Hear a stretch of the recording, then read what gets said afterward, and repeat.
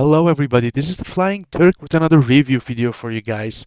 And today we are taking a look at the Airbus A330-300 by Aerosoft. This was one of the most anticipated planes for the simulator because of course it's an Airbus A330. It's the larger 300 variant. It was developed and promised to be a study level airplane, which it kinda is. It has a lot of functions that work, but it has a lot of bugs at the moment that it's almost unrecommendable. We will jump into all that just in a moment. Just hang on and watch the review video and you will see why I cannot recommend it at this point, even though it looks beautiful at this scene. But let's move into the review, guys. Let's show you around the plane and let's give you an overview. But before we do that, I want to tell you what is the Airbus A330 for the people that don't know. The A330 is a wide-body aircraft developed and produced by Airbus. Airbus began developing larger A300 derivatives in the mid-1970s, giving rise to the A330 twinjet as well as the Airbus A340 quadjet that and launched both designs along with their first orders in June 1987. The A330-300, the first variant, took its maiden flight in November 1992 and entered service with Air Inter in January 1994. The slightly shorter A330-200 variant followed in 1998 with Canada 3000 as the launch operator. That's a short history on the plane. You can find a lot more on Wikipedia or on similar sites online. But let's not talk too much about the history of the plane, but let's talk about what we have in front of us. This is the plane. Exterior model is kinda nice, gotta say. I cannot complain about this too much. Front landing gear looks lovely. Did a good job. It could have been a bit sharper. The tires could have been a bit better as well. They look a bit meh, but it's okay. It gets the job done.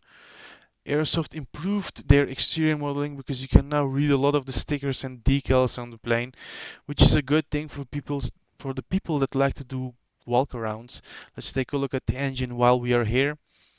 Fan blades look lovely. This is the Pratt& and Whitney engine. This is the one that slides to the rear. There is also a variant that has the, I don't know how to say it, but they have the four doors that open to all sides for the reverse thrust. That one is nice. Only thing that I think that Airsoft could have done better, when this thing pushes to the rear, you just see black. There is no texture inside for the reverses, which is kind of disappointing. At least it has the animation, but I would expect better for a study level airplane like this. Let's take a look at the light over here, which is also done quite nicely. Cannot complain about this. The only A330 we had before was from Latin VFR, and they just had a white cover on it. You couldn't even see the light inside. We have some screws and panel lines here and there, nicely modeled by them. Slats look good as well, cannot complain. Let's take a look at the wing. Here you would have your spoilers. Let's see if we can lift them yet. No, we have no power. Won't be working. We will turn on the plane and show you how the spoilers look and how the flaps look. Let's say flaps look very good on this plane. Can't complain about that part. These would be your ailerons. They're drooped down because there's no hydraulic power. These would be your winglets.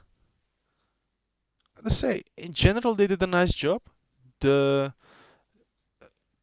the wing flex is also nice on this plane, and you could even like see the angle of it, like how it comes. It comes up and it droops over here, and when you fly, it pushes this part a little bit up, which looks very nice.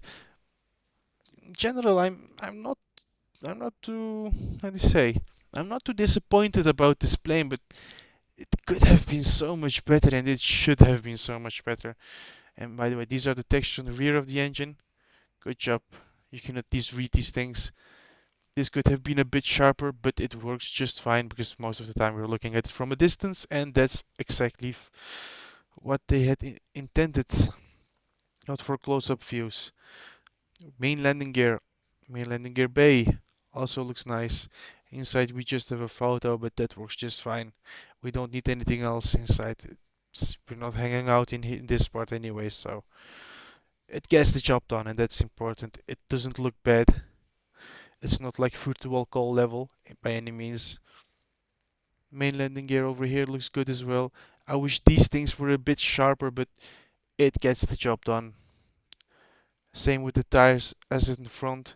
Could have been a bit better, bit sharper, but it's nice enough. For the price, I'm not complaining too much about it. Like, you get what you pay for. If you pay the triple the amount, you can get the BMDG 777. So yeah, this would be your APU air intake. We got some dirt and grime over here, nicely done. Here we have the oops, here we have the exhaust with the light underneath it. This thingy looks nice. Good job. It's a photo underneath, but it still looks nice. Nobody will get ever that close to that thing. Rudder, also nicely done. We have the lights over here. We have number 2 over here. These would be the lights pointing up to the logo. They call them logo lights as well. And for the people that hadn't noticed, we're in the beautiful Korean Air livery. I say one of my favorite liveries for the A330. I love how it looks. But yeah, that's it for the outside. Generally, it's a nice outside. Let's take a look at the inside. Before we do that, let's take a look at the cargo bay. This they have modeled exceptionally well. Did not expect to see this. Like a properly modeled cargo area. Like only the slides could have been a bit better, but honestly, nobody will ever look this far into this thing, so it works just fine. But then we get to the disappointing part, guys. The non-existing cabin. This is the Aerosoft cabin, guys. Come on, like they should have done so much better for the A330. It's just a shame. It breaks my heart to see this. Like even Latin VFR can do a proper cabin. Why cannot Aerosoft do that? They tried adding some type of texture over here for the people that like to do shots from the inside, like camera views. But still, we have this weird kink in the window which breaks the immersion. It should have been rounder. And you can see the shape even. It's like a peanut a little bit. It's small over here and then boop, goes out here as well and becomes small again. Like, why? Why would you do this to us, Aerosoft? Like, we pay for your products. We want proper stuff. Like, I understand that you don't have the time or money or name it to make a proper cabin, but this is like spitting in our faces. It's almost unacceptable. But yeah, for the price, I shouldn't complain too much. But Latin VFR can do it for the price, so why should not Aerosoft be able to do it? This larger of a company. But anyways, it is what it is. This is what we have got. Let's take a look at the cabin or at the cockpit, excuse me. And this is where the aircraft shines. This is where the magic happens. This is where you will be hanging out 95% of the time, maybe even 99 or 100 depending on how you fly. I like to go into the cabin, so that's a big disappointment for me over there. But the cockpit, yeah, this looks nice. I cannot complain about this. It has some nice features. You can open up the windows, you can hear them slide, you can hear them click. Yep, there we go. General, all the screens work nicely. Some nice reflections in them as well. Not too accurate, I would say, but still better something than nothing. This one does not work or turn on, at least not for me, or I don't know how to do it, but it's not showing anything while these two are showing. So that's a bit of an interesting situation. Let's talk about some other things. The sunshades. This one I cannot drop. Wherever I click, it just does not do nothing. But then we go over here. Same story. Doesn't do nothing. I cannot control this.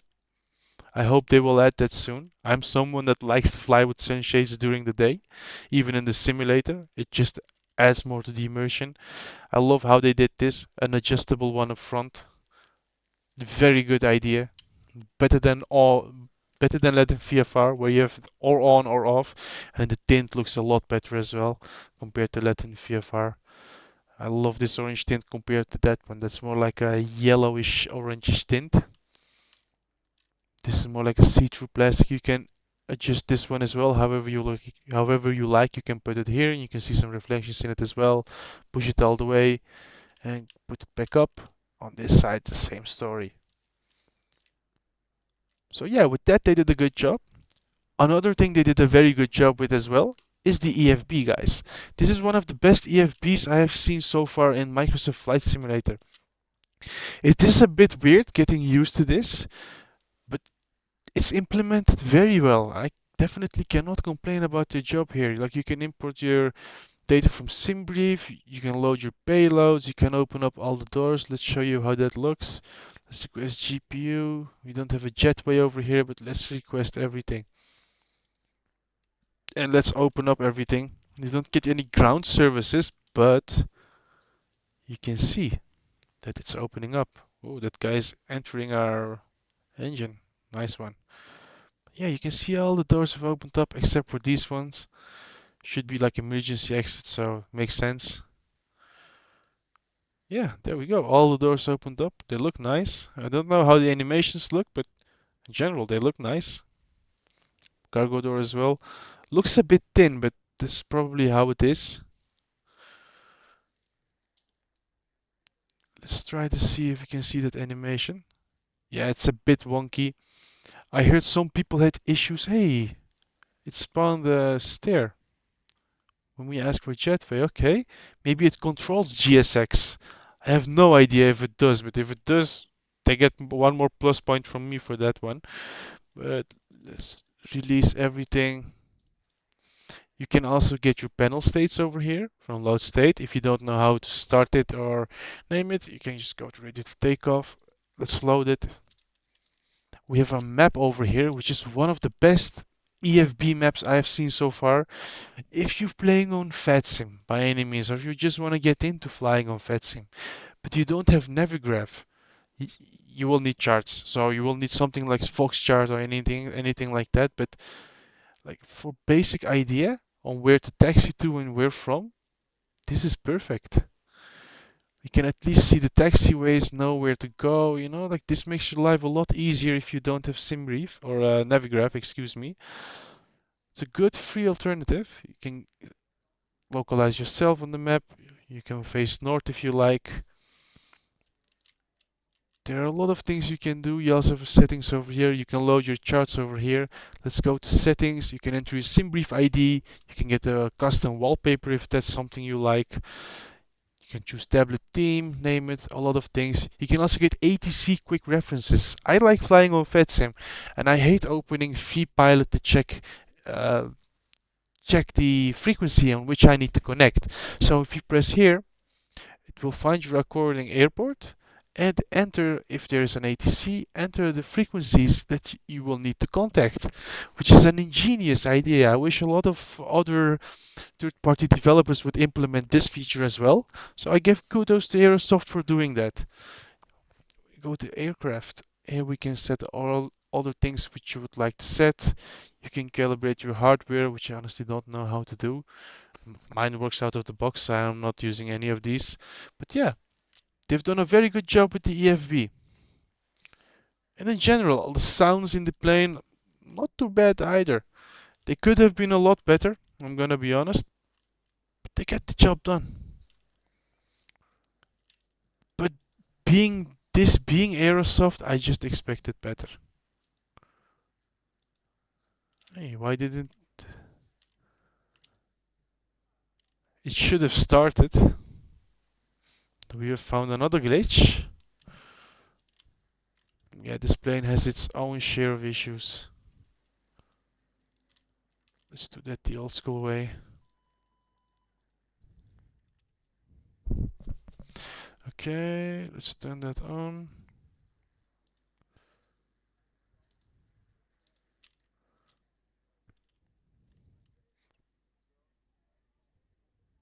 Yep, engines are turning on. Self-test. Okay, this is nicely done as well. This is what the real airplane shows. You can get your footrest down. Why? Why you would do that? I don't know. You can open your tray table. Why? I don't know. Not something I would never use. Oops. Rolling forwards. And while our plane is starting up, let's show you how these reversers look.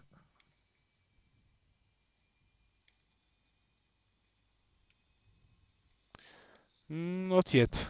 Okay, we need to wait for it to turn on. Let's say in general, I love how this cockpit looks. Reminds me a little bit of the Phoenix A330. Oh, sorry, A320. Sorry, Phoenix doesn't have an A330, but reminds me of that one. I don't know why. Maybe of the colors, maybe how things are placed, or maybe because of the fidelity, or by its looks, or by the smears and smudges here and there, by the wear and tear. Reminds me extremely a lot of that plane. We have a nice few features over here that Latin VFR, for example, does not have, which is nice to see. Like, it needs to be a different plane, right? It cannot be the same. Otherwise, it wouldn't be worth recommending this to you guys. At this point, I'd say I don't know if this is a plane I would really recommend. I would say wait out a few updates, to see if they would make it better. But for the time being, I would say stay on the sideline, see what they do with it. But since this being Aerosoft, everything could be accepted, and this is what I meant. There's just sheer black, no textures on the inside. And the reverse thrust is extremely fast, which I really don't understand how that can be. Look at this. Look at this, guys. It doesn't even turn by any means.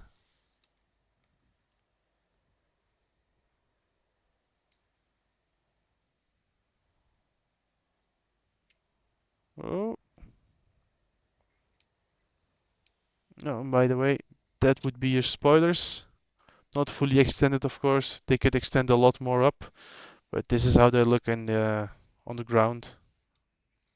Let's give you full flaps. Oh, by the way, it seems that when you extend flaps, they extend a bit more as well. But let's get rid of them. We don't need them. And I love the animation that it's slow, it's not too fast. Adds a bit to the immersion with this plane. In general, I like the Aerosoft A330, but it should have been so much better than it is. It should be an equivalent to PMDG. There should be their A330-300, like the proper study level for the sim, but it just isn't. It's not there yet. I have high hopes that it will come there. Really hope that Aerosoft won't let us simmers down and give us a proper product soon. At the time, guys, like I said, save your money. Don't waste it on this at this point in time. See what becomes of it. Follow YouTube for a while.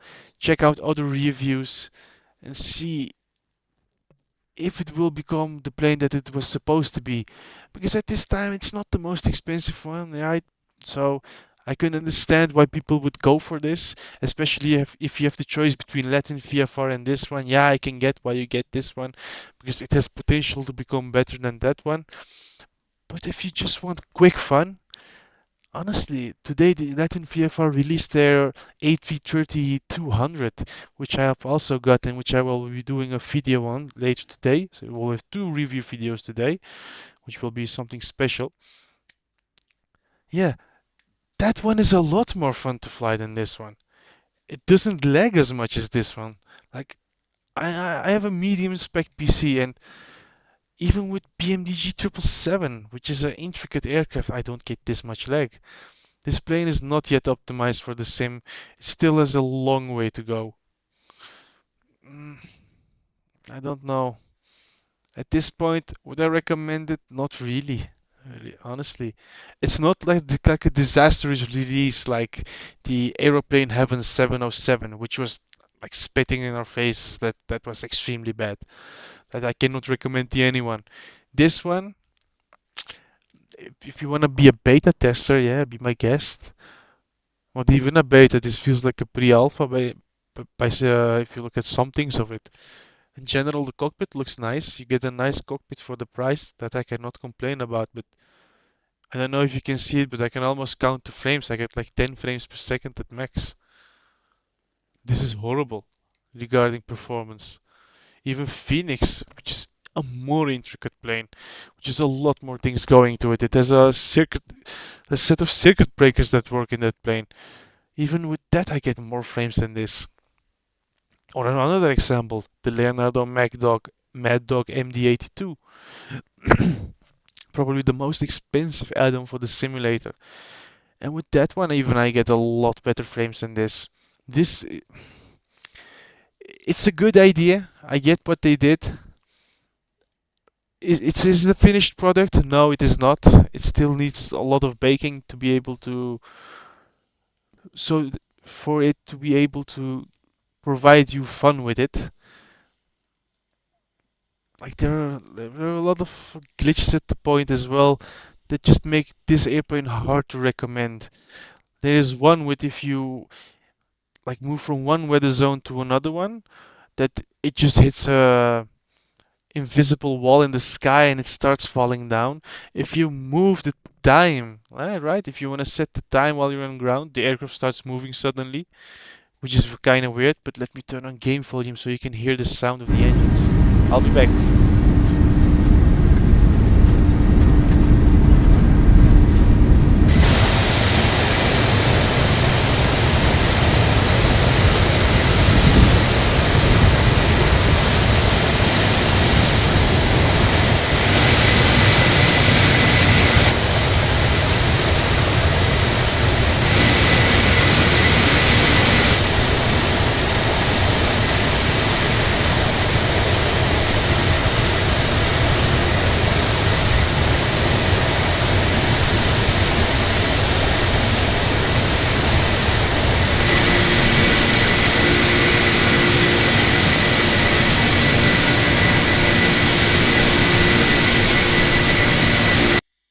Yeah, like I said, in general, it's okay, but engine sound, I don't like it.